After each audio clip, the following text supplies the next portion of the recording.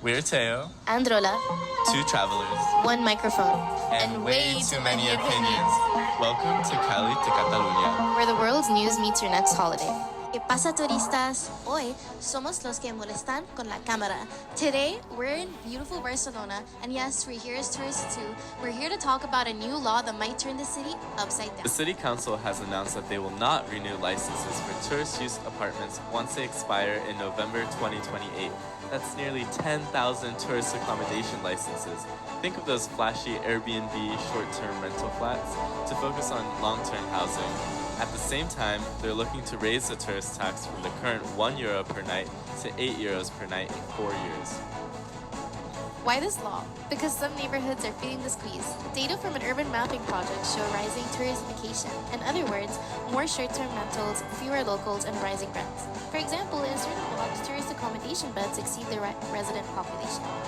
However, left-wing parties such as PSOE and Sumar believe that tourist rentals are the main contributor to Spain's overall housing crisis, whereas right-wing parties such as Junts and the People's Party believe that caused to be a lack of construction.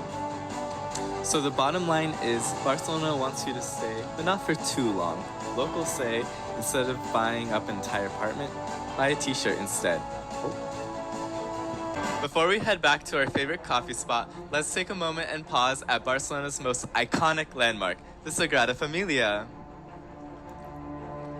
Because, believe it or not, this tourist magnet is making headlines for construction again. The Sagrada Familia is expected to have 18 total towers when completed. All are dedicated to important biblical figures. These include 12 for the Apostles, 4 for the Evangelists, 1 for the Virgin Mary, and the tallest one for Jesus Christ. On November 8th, the Catalan News just announced that the tallest tower, also referred to as the Tower of Jesus Christ, just received a major upgrade. The central piece of the cross that will crown the structure has been installed.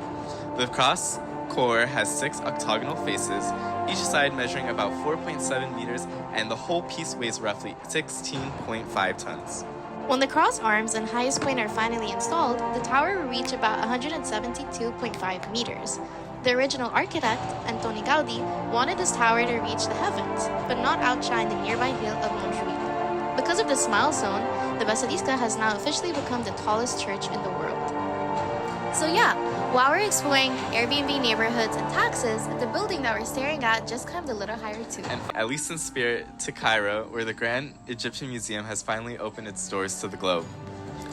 The gem, whose construction began in 2005 and cost around $1.2 billion to build, is being heralded as the world's largest museum dedicated to a single civilization. Beyond the display, the opening has reignited global conversations about cultural heritage and the restitution of artifacts.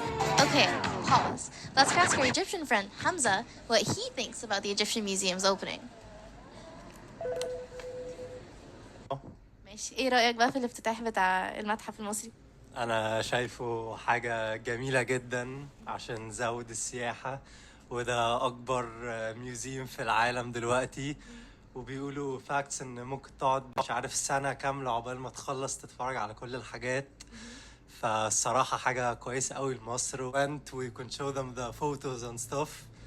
Well, guys, everyone in the class, I recommend you to go there. It's amazing. You're gonna have so much fun. You have to go there. Thank you, Hamza. Welcome very much. Finally, while locals like us get to grab selfies with ancient splendor, and locals like Hamza get to have their heritage on modern display, it's a nice reminder that history exists everywhere. But also, most importantly, sometimes it's the home that matters most.